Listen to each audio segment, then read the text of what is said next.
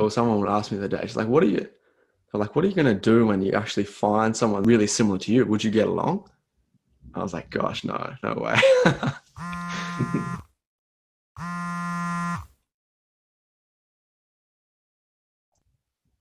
Welcome back, everybody.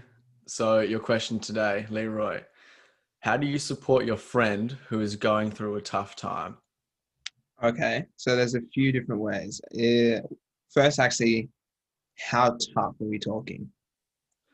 Like, it isn't the end of the world, but it just isn't their day. Like you know, let's say work's been stacking up, throughout the week. They're overloaded, they're overwhelmed, and you can just tell that they're not their usual kind of bright and bubbly sense. All I right. guess for me, I'm thinking of let's say it's my housemate, or it's your gym buddy that you see every couple of days. Well, my mama always said laughter is the best medicine.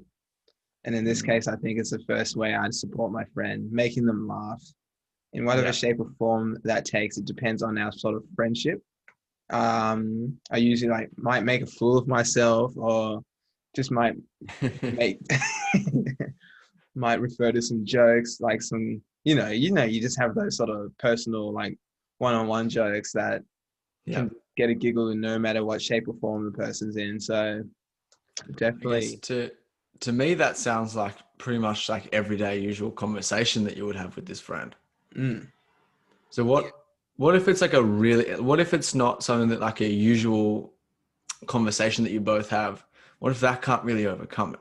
Like this is something where then you just get no response back. Like this is just a day that the usual stuff just isn't really working. you're just hitting a cold wall. Yeah. Um, all right. So in that case, I think the best way I would support someone in when those sort of jokes are just being rejected, not as per usual, I would firstly observe. I'm a very observant person, so I'm going to look at them and look to see maybe if I can figure out what sort of the issue is from when we're talking, if we get to talk when what they're saying, if I can pick up any cues, and then just simply asking, is everything all right? Like that one question, is everything all right? Are you okay? It can be a hard question to actually, introduce into something that can be quite, I guess, a casual, friendly, happy, Yeah. relationship that you might have before. Yeah, it can be hard, but I think we need to be able to do that. And definitely with like my good friends, like with you, yeah, we can have our banterous chats and then I can simply be like, oh, mate, is everything okay? You're going well. And I don't really shy away from doing that, especially towards my friends. So that's one thing I would definitely do. Sometimes, One thing I know that you're quite good at is active listening and just being able to keep the questions rolling, to keep this, little person kind of curled up in their shell, keep them slowly but surely, peeling this off layer by layer to actually get them to voice everything. So yeah. I think you're quite good at that. I think it's a hard skill to have in terms of getting to someone to slowly but surely feel a bit more comfortable in this situation and take it from there. Thank you, mate. Thank you. Yeah, definitely active listening is the most important thing in any relationship, in any in any circumstance. You need to be able to listen and really deduce what someone's saying. And yeah, like as you said, I definitely like to listen and then sort of unravel it by asking questions, but not asking overbearing questions. That's where the visual cues come into play because you can see if someone's really distressed about what they're talking about, and then maybe you wouldn't probe with such a really tough question. Mm. So And that's I think something I've come across lately too is knowing when to try and help someone solve a problem versus when to just listen and just say it's mm, going to be okay and just give a little bit of understanding and, if anything, just sympathy as opposed to solutions. yeah. I think It's because so funny sometimes, you say that like, I because know I've done it sometimes. Like, I think yeah, I'm a very rational thinker. I'm like, well, this is your problem. This is the solutions that I would take. Which one do you want to start working on? And they're like, that's not what I came to you for. Like, I came to you for just a total debrief and an unwind. And now we're trying to tackle this next goal and set the next step in terms of solving this problem. And sometimes it's not needed. I think that's where you and I have that connection, because we're both similar like that.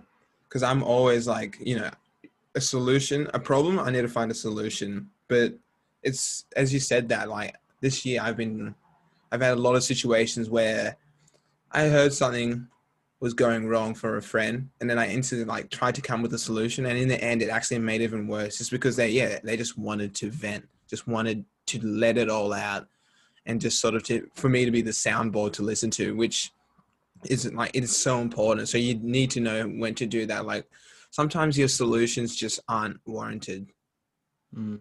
Yeah. And they're not what people feel like. They feel like not thinking about those problems at the moment. They'd rather just let it all out and think about something else. Yeah, definitely. Something that reminds me of, I guess, a good example of a TV show that I love, Parks and Recreation. Hilarious. It's just such an easy watch. Like you get to totally zone out and just have a few little giggles.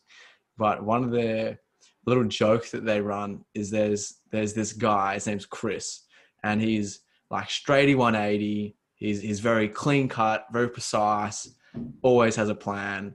And his girlfriend is pregnant, and she just wants to complain, but all he does is present, tools to try and fix everything and trying to start working through the problem. And he gets lectured by I think it's by a character called Leslie, about she doesn't want to try and change the world at the moment. You just got to sit there and say, that sucks.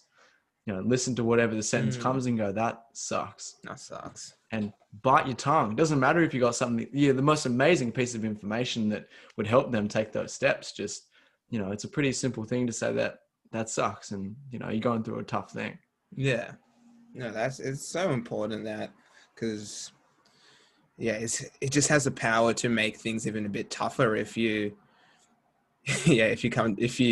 ignore that and try to come to a conclusion early. Another way is also like reminiscing. I think I found that is always a really good one, especially talking about like old times, old stories, and maybe even bringing up some photos from back in the past, or some videos, or just some funny moments, just to just to remind the person that it was better at some stage and earlier in the day. So that's a very powerful tool. Yeah, it'll get back there. It'll peaks and pits.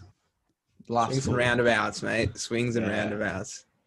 On like the reminiscing thing, one thing that I think's been really helpful for me, being in Victoria, I'm a long way away from friends and family.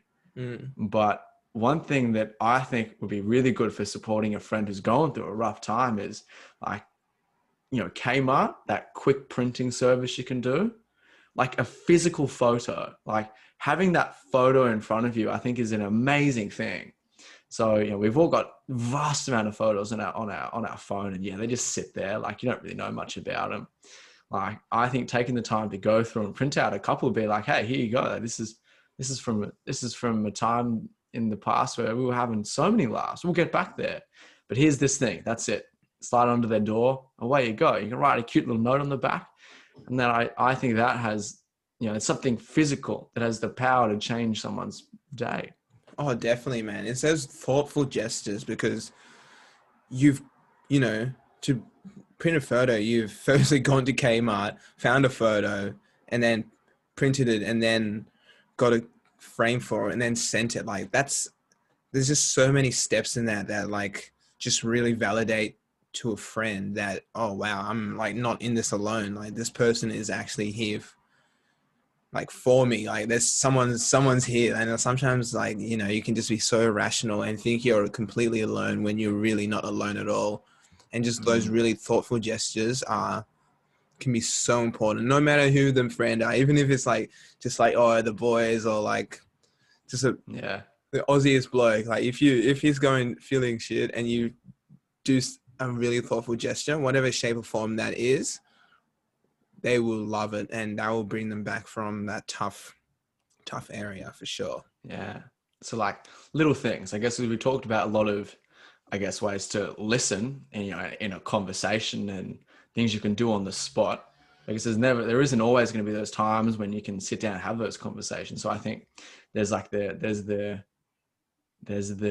spoken word side of things, and there's also like little things you can do for them too, in terms of like little gestures, little gifts. Mm. And one big thing for me, this is more for me, my housemate, is we'll always on our, I guess they're not bad days, but we have different days off. So on whenever it's your day off, no matter what, you still get up and you still make the other person breakfast. So that way it has that little boost in there to That's pretty get your day nice. going. And like it's not something we've never spoken about, but neither of us have ever missed a day off's worth of breakfast, no matter how tired or how much you Mm. want to sleep in. You know, you're always up, frying up the eggs in the morning, scrambling up, cutting up some tomato and spinach. And yeah, I think it's those little things that people can do for each other. And, like a coffee goes such a long way. Like it Mm. doesn't take anything out of your day if you're getting a coffee to get someone else one who might be having a crap day. And the universe has a way of working things out. So if you're a man or a lady of value, and if you give someone something, they have to give something back to you. I guarantee at some point you'll be like, man, that was one of the best things I ever did. Got a coffee when I least expected it. Yeah, no, it's so true. That's like, yeah, with housemates, I think what you said there, making each other breakfast, like for people out there who have housemates, if your housemate's going through a tough time, I think those sort of tasks are really, really, they just help that much. Even like maybe like laundry or cleaning. I don't know if it's like their turn to clean the bathroom and they're just feeling so shit that that's the last thing they want Yeah. to do. Just do it for them, and like just that will make them feel so much better. And like the joy of food, like the happiness that food can Mm. bring to someone. Like I know, like we work long days, and there's just times when you come home, you've been back late, like you're home an hour later than you should have been because all the paperwork's rolling in. You get home and all of a sudden there's this dish sitting on the table for you. Like, oh my God, sometimes I just come home and just cried. I'll just be like, that's too much. Like I got to get out of here. And yeah, food can be a very powerful thing, Yeah. window to the heart. Yeah. I think the moral of the story here is like, as you said before, there's probably not one set way, but I think a whole few different strategies all working together in unison can Mm. really uplift your friend's mood. And especially with that, like, I think at the heart of that is probably that active listening and just being aware of them. Because yeah, if you're not listening to what they're actually saying and you're just saying, oh yeah, it'll be all right, oh blah blah blah, it's just going to push them further back, and they're like, no one understands me, sort of thing like that. And you know. Yeah. And I think for me, just to summarize everything too, in terms of what I reckon, it's like if imagine you're having a crap day, what's something that right now that would make you happy, and then take that brave step to just go out and do it for someone else, just for the sake of it. It's a hard thing to overcome. Like it's that first time. It's always the roughest time. Just do something totally random and nice for someone, but it's such a powerful thing, and it can be scary because you're like, are they going to think I'm silly? Are they going to think I'm caring too much? But I don't know. I don't think there is. No. I don't think there is a limit. Well, I think we've done pretty well. That there's a lot of, I guess, more you can dive into in that question, but we've given a pretty good summary. Yeah, I'm sure like you can pick up a thing or two there. Yeah, everyone can. If I think it's more just being able to identify that you can make such a big difference in someone's day, like the impact you can have by one simple thing that takes nothing out of your day. It's just being aware that you can help someone else. Man, you can. Everyone does that. You can change the world. Yeah, sure. All right, mate. Well, thanks everyone. We'll catch everyone next time. Make sure you check out our fundraising challenge, Move for Sight. The kilometers are starting to get up there a little bit. They're getting a bit longer. Oh And yeah, man. My yeah. legs are feeling it so much now. It's good. Well, thanks for listening, everyone.